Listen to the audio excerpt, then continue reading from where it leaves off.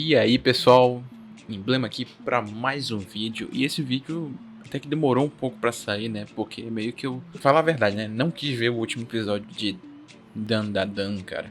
Na verdade eu vi, né? Eu queria ver, mas tá todo mundo sabendo que acabou aqui. No 12º episódio, a primeira temporada. E eu tava com receio de terminar muito ruim, assim, tipo... E realmente terminou. Não estou dizendo o episódio em si é ruim, mas o que é ruim é a quebra da história naquele momento. Porque o que acontece no final do episódio 12 e o arco que tá tendo já de entrada não deveria ser quebrado assim. Eu ainda não sei o motivo deles quebrarem assim o anime, né? A última vez que eu vi, o anime estava sendo cotado para voltar em junho, a segunda temporada.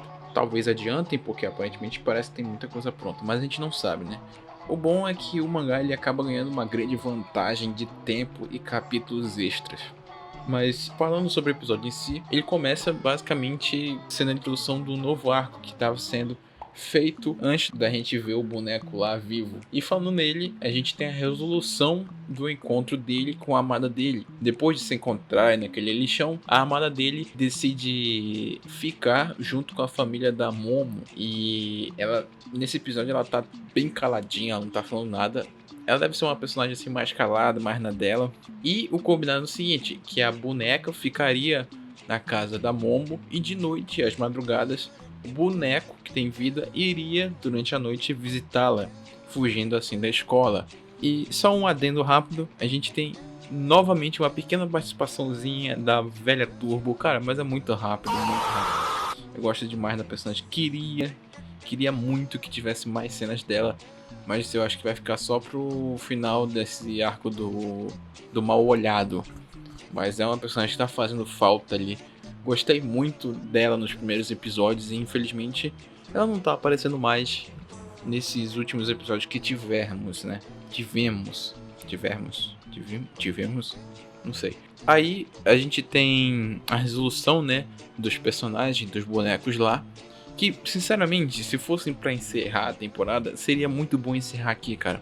Porque é o seguinte, na primeira noite que a boneca tá na casa da Momo e vai ser a primeira visita do boneco que tá saindo da escola para visitá-la, a gente poderia ter tido uma extensão um pouco maior para o momento que ele finalmente encontra ela ser o final da primeira temporada.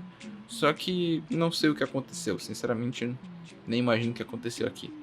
Porque na primeira noite que ele foge da escola para ir visitar a amada dele é muito engraçado. Porque tem uns alunos na escola que vão fazer a brincadeira do copo. Aliás, quem assistiu Gugu Liberato, Lendas Urbanas, sabe que isso aí não é brincadeira pra se fazer na escola, não, hein? Enquanto ele tá fugindo, os alunos veem ele e entram em pânico.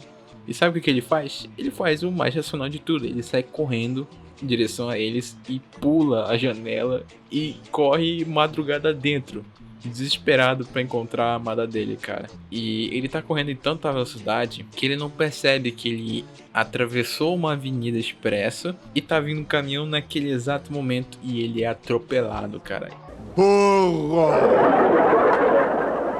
O bicho é totalmente quebrado. E nesse momento eu achei que ele não iria conseguir ver a amada dele, porque no episódio anterior, no 11, tem uma cena que ele se desmonta e monta de novo. Só que nesse caso, dá de se entender que ele rachou, ele quebrou, despedaçou em alguns pontos assim que eu achava que ele não ia conseguir se remontar. A gente vai pra cena da boneca, que a Momo tá com ela esperando a visita, e já é de madrugada e nada do boneco, vai passando as horas. Quando amanhece, a Momo pegou no sono ali, caída no chão, e quando amanhece, finalmente o boneco aparece e abraça a amada dele. E é um encontro muito lindo. Realmente seria um ótimo final de primeira temporada aqui e deixar toda a resolução do Mal Olhado para a segunda temporada. Achei que foi uma péssima decisão até o momento. Não sei se é uma trollagem, né, da produtora. Ai, que maldade, cara. Isso não se faz. Não tem como saber. E aqui começa o arco do Mal Olhado. Basicamente, a gente tem finalmente o trio indo para casa do Didi para resolver esse problema do Mal Olhado. Mas antes deles saírem de fato da cidade e irem até a casa dele, tem umas cenas bem vergonha alheia, outras cenas que me doem na alma. tipo o Okarun e o Didi cantando. Tem essa cena, e essa cena em particular doeu muito na minha alma, sabe? Muito mesmo. Só que durante o episódio, como a gente viu no episódio anterior, no final do episódio 11, o Okarun ele tá se isolando, ele tá meio triste, porque a intimidade que o Didi tem com a Momo é muito grande e ele queria ter essa intimidade. O problema é que por eles serem amigos de infância, eles acabam sendo mais próximos e deixando ele de lado. Só que ele ouvindo o que o boneco falou pra amada dele, se declarou, ele pega aquele discurso e toma pra si. Ou seja, ele não deve mais guardar os sentimentos dele, ele tem que se expressar. Ele tenta, afinal não é muito fácil, afinal aparentemente esses são os primeiros amigos que o Okarun faz durante a vida dele, então ele não tem muito esse jeito social, essa maneira de se expressar, né? Mas ele tá se esforçando de fato para ser mais comunicativo e expressar o que ele sente. Entre indas e vindas de assuntos para lá e para cá, a gente finalmente chega na cidade do Didi. Emblema, tu não vai falar sobre a cena lá do trem que o Okarun e o Didi estão conversando e tal? Não vou, porque basicamente só o que teria que falar, eu iria repetir a mesma coisa que eu acabei de falar, mas de diferente é só que o Okarun finalmente puxa assunto com o Didi naquela cena, mas eu prefiro falar sobre isso em outra cena que vai estar bem pra frente. E nesse momento que eles chegam na cidade, a cidade, de primeira vista, tem um clima muito estranho. Os cidadãos de lá são uns NPCs bem bizarros. Acho que eles vêm lá daquela cidade Lave Day. Quem sabe, sabe. E eles são muito esquisitos, sabe? Só que a gente tem que ir pra casa do Didi. E, cara, esse momento que pega demais, mano. Porque, olha só, dá de se entender que os pais do Didi queriam ficar mais isolados, mas precisava morar no topo de uma montanha, porque o que os protagonistas sobem de escada não tem como contar, cara. E é muita escada que eles sobem. Ao chegar na casa do Didi, a Momo e o Okarun não veem nada, eles olham em todos os cantos e não estão vendo nada de estranho. Afinal, tá de dia e o espírito maligno pode estar se escondendo. Então o combate só aconteceria de noite. A Momo é muito esperta nesse momento. Ela consegue dar um drible no Didi, pedindo para ele pegar um suco de laranja. Quem pegou a referência pegou.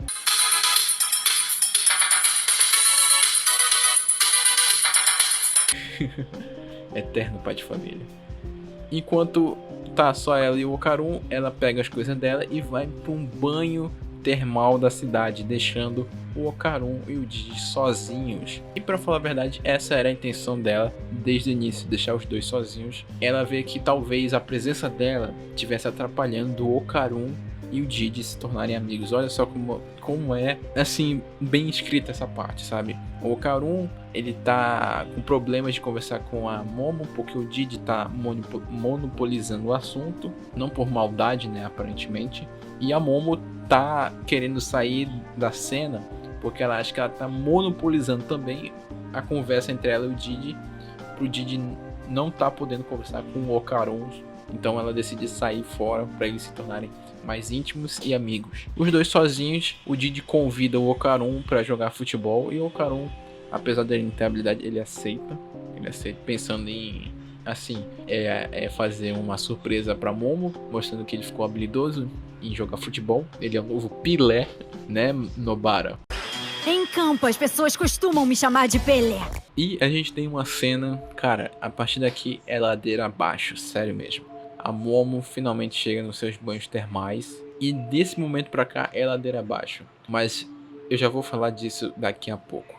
Vamos voltar pro núcleo do Okarun e do Didi, onde os dois estão conversando, estão disputando quem é mais próximo da Momo e eles começam a brigar, assim, aquela briguinha entre amigos, sabe?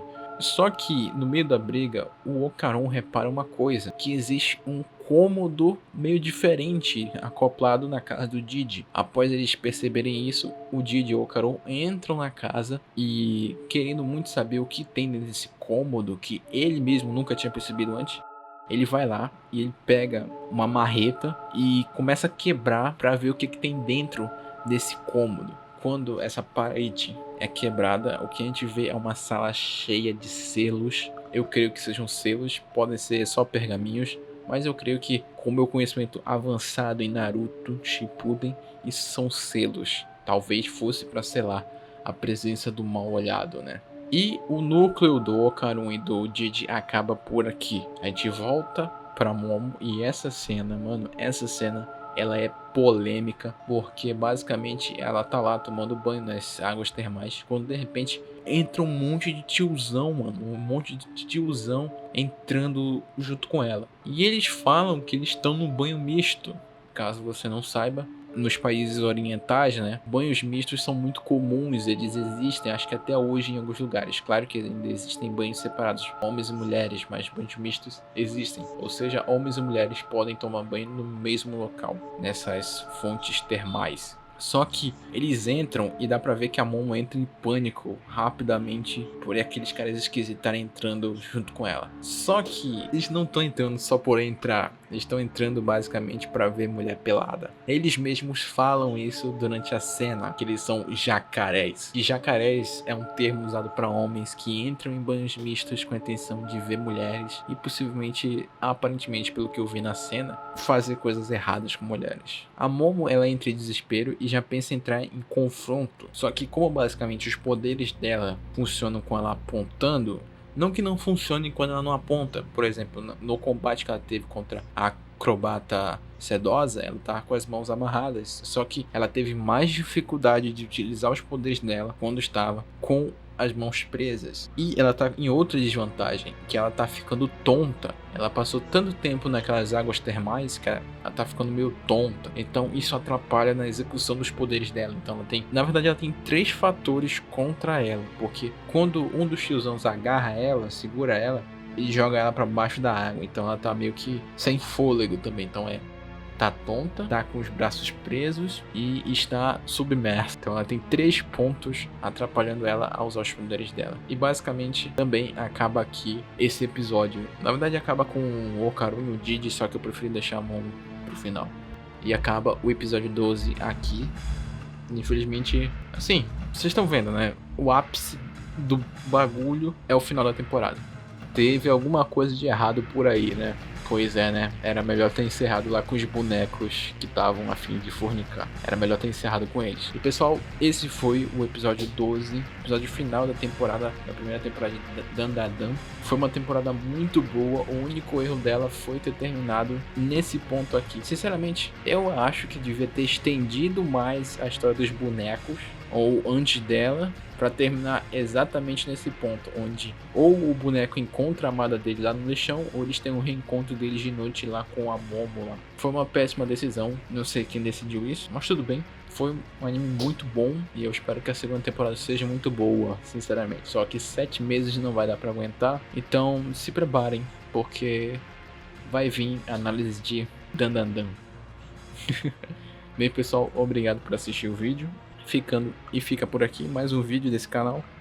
E muito obrigado, sério mesmo. Muito obrigado a todo mundo que tá assistindo. Tô adorando muito retornar pro YouTube, sério mesmo. Muito obrigado a todos que estão comentando. Eu gosto muito de ler comentários. Então me diz aí, o que você achou dessa temporada ser encerrada desse jeito terrível? Até o próximo vídeo.